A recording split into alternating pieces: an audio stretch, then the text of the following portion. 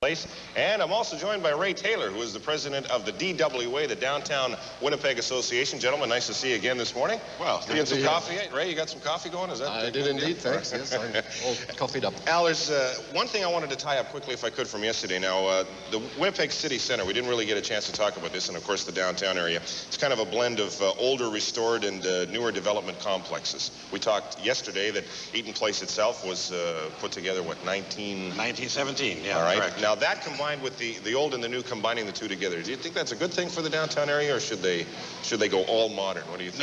No, most definitely it's good. And I think the more renovation and restoration work that the city does, the better. When you compare Winnipeg with more modern cities, say like Calgary, or even some of the older cities like Halifax, we have the unique benefit of having a nice blend of old and new. And as long as the owners, developers, and city council and DWA continue along this trend, we will definitely have one of the most beautiful cities in Canada.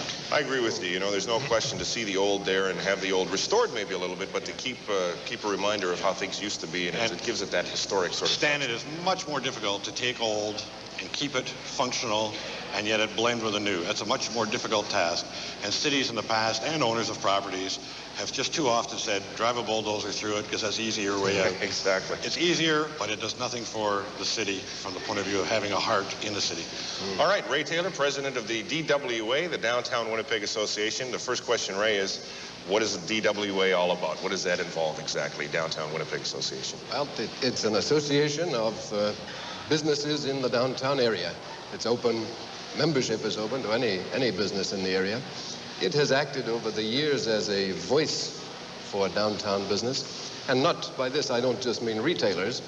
I suppose the primary benefits go to the retailers, but the object of the association is to make the downtown area a better place in which to live and work and play and carry on your business. You mentioned it's not only for retailers, it's, residents can be members of the DWA?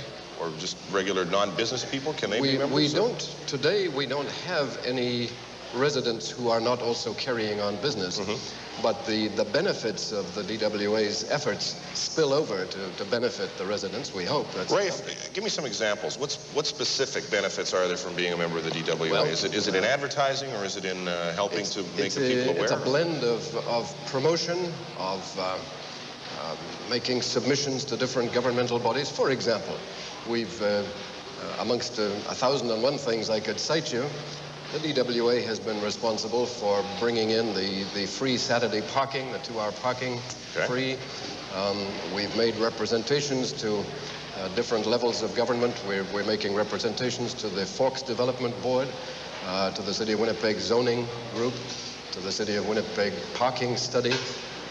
We were responsible for the tax appeal that went up to the Supreme Court and back down, that resulted in the properties on the north side of Portage having their taxes reduced about 60%, about 50% on the south side. I bet they love that, didn't they? Well, that's not a bad deal. It makes for a more equitable distribution of the shekels. That's what happens. Exactly. And that's the object of the exercise. There's something called, you're involved with something called BIZ. B-I-Z. Yeah, or if there's any Americans visiting, it'd be B-I-Z. B-I-Z. What is that all about? That's the primary project of the DWA at the moment. It stands for Business Improvement Zone. And the object is to create a much more powerful force to represent the downtown business, and with an advisory committee from the residents as well. And what will happen is that once the BIZ is created, and let me hasten to say, I'm only speaking from the viewpoint of downtown Winnipeg, but there will be business improvement zones, I hope, throughout the city eventually. There are in Toronto and other cities in Canada. And what happens then is that the merchants in the area, the businesses, not just the merchants, the businesses elect a board of their own. The board prepares a program for the betterment of the downtown area with a budget.